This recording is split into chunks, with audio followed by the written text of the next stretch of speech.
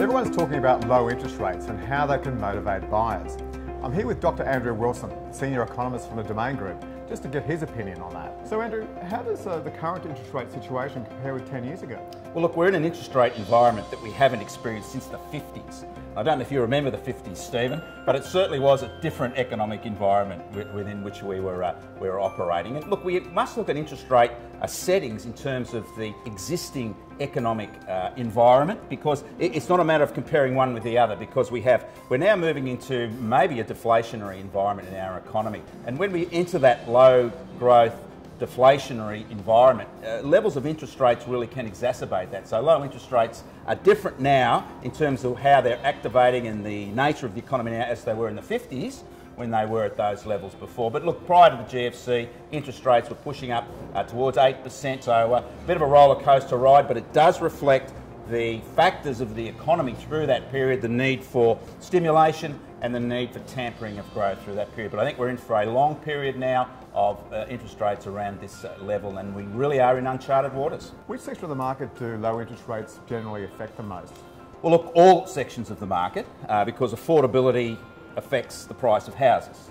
But look, there's an argument perhaps that lower interest rates actually help investors more, falling interest rates, because investors typically look at their investment package in relation to other similar secure types of investment vehicles, and by that we look at deposit rates in the bank. So investors get an advantage from better affordability, the capacity to borrow more on the same deposit, but also that makes bricks and mortar investment, as rates are falling, more attractive compared to term deposits.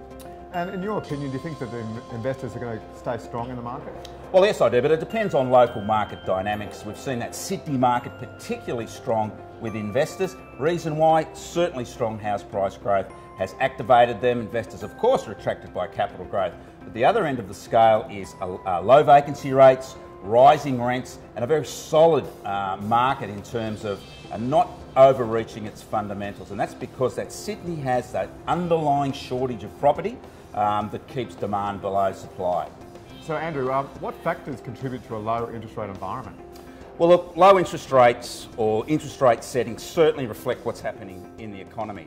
Higher interest rates then are designed to dampen demand and put the economy back in balance. Now, the obverse to that, of course, is lower interest rates. And lower interest rates are typically designed to stimulate the economy. So even though it might be good news for mortgage holders and homeowners in terms of potential prices growth and affordability improvements, it may also mean we're in a declining economic environment, and that is typically what we have in Australia now. We have near decade high levels of unemployment in a number of states, and of course the other constraint is that we have high budget deficits, particularly at the national level. So that means really the only lever that we have left to pull is the interest rate lever. So lower interest rates are positive for homeowners, but really they do signal an economy in need of stimulation, and this time we have an economy that doesn't have the fiscal policy capacity that we've had in previous stimulating periods. So just say you've got an average loan, or say it was 450k. Yes.